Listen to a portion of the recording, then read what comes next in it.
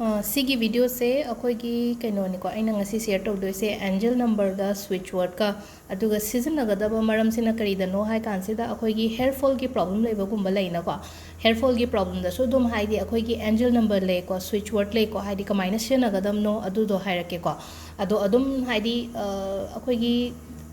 अखोई लाइफ ता लेरिबा problem ma'am high तारे को हाइदी मचा मचा मचा लेरिबा मैम से हाइदी सी की दमकता हाई तारे को एंजल नंबर स्विच वर्ड से दुम लेको अदो खोइना तौबो मतमदा हाई तारे को सी की रिचुअल से तौबो मतम से दा हाइदी इंटेंशन अमग लोइना ना हाई तारे को हाइदी ओइगनी फनी हाइबगी थाजबदो लोइना रगा तौगदमनि को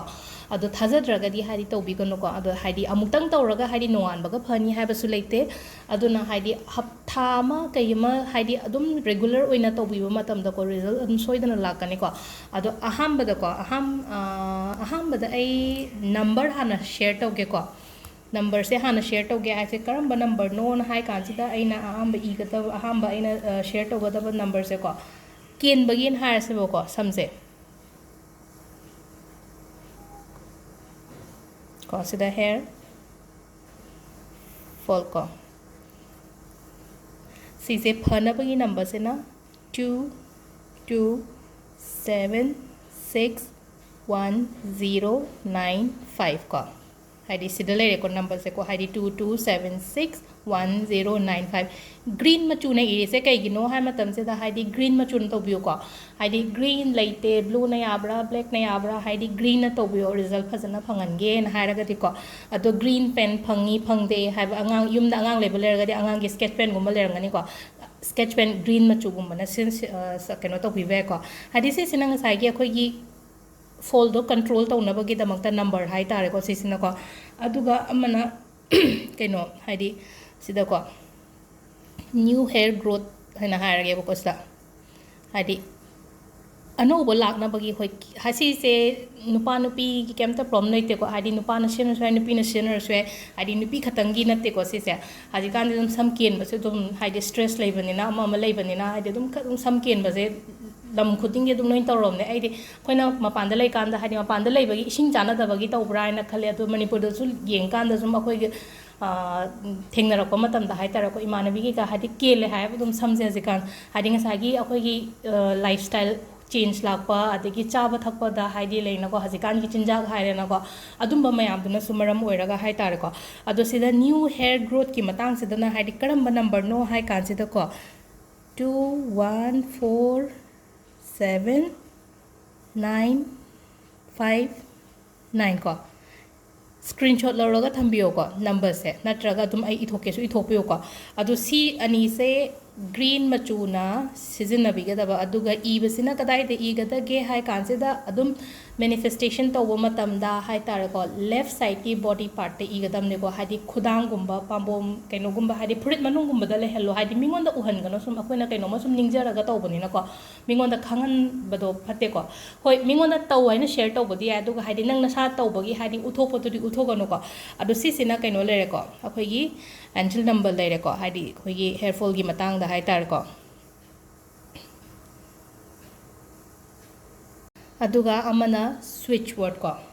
स्विच वर्ड से हाइदी केम नते को हाइदी अखोइना हाइदी वखन अमा खनम मतमदा हाइदा को हाइदी आई वखन से हाइदी अमदा स्विच तोथोके हाइबदो अदुगी मवंगदनी को हाइदी स्विच वर्ड हाइदी कमाइना लापनो खोटनो काइना खोइना सुम हाइपेतन खितंग नैनर अगदी को हाइदी आई कैनोमा फत्तबा वखल अमा खलमे फत्तबा वखन से हाइदी अफबदा स्विच तोक्सन बको को अदुदा ngसागी वर्ड्स ओइना हाइदी लाइरिक लेय को स्विच वर्ड की लाइरिक कुम से को अदुदो अदुम अखोइना हाइदी लेरगा पाबिबसु याय को हाइदी आइना यामना हाइदी मनुंग हंजन खंगनिंगगदी नत्रगदी दुम आइना मचा मचा शेयर तौरपसे सिदगे दुम येंगागा दुम तौबियो को अदो स्विच वर्ड से अखोइगी हाइदी समगी कैगी हाइरगना स्विच वर्ड से अखोइना कमाइना हाइगदगे हाइ मतम सिदा को चैंटिंग तौ को सिसो चैंटिंग तौबसे हाइदी चाम निपान गुंबा दुमाइना तौबियो को चैंटिंग से करिनो हाइ कांसिदा को अराइज न्यू रूट को अदुगा अमना लेथोरा bamboo divine ko sta hai se haidi si yang bio ko arise new root plethora bamboo divine si se akoina chant to ba ko arise new root plethora bamboo divine arise new root plethora bamboo divine aduga amana kamaina tawge hai matam sida ko si di blue natraga blue na seasoner su ka shukai de ko aduga akoina samjet kumba leina ko ai khatangi hat ka daba samjet hai ta se samjet leba sida ko hai khoi ki permanent marker blue na ko si gi kaino si ibi be ya ba arise new root plethora bamboo divine se aina sida fazana smain taro ko ibe abe go sigi samjet se haidi som khatang se na biyo aina mamang da su hai gre ko samjet share to bi gano haina mayam da ko haidi ai gi imung manung oi taraga su ai gi icha oi taraga su ai gi husband oi taraga su nang samjet tongan loi thamo ngasai gi ai na kai gumba phatta ba khan khallaga su haidi ai gi angang du da chang da na ba adagi haidi ngasai gi ai gi imung du da lei ba khoi imung du da lei ba mi wa khan je tongali na loi amana khan baga ado hat pa matam se da haidi changani hai bagi belief ni ko adu du na haidi ya hangai khangdinga da tawbana tawbiram bane ado hajik sum khanga bane na haidi samjet kumba se ko haidi separate thamba tambiyo ko ado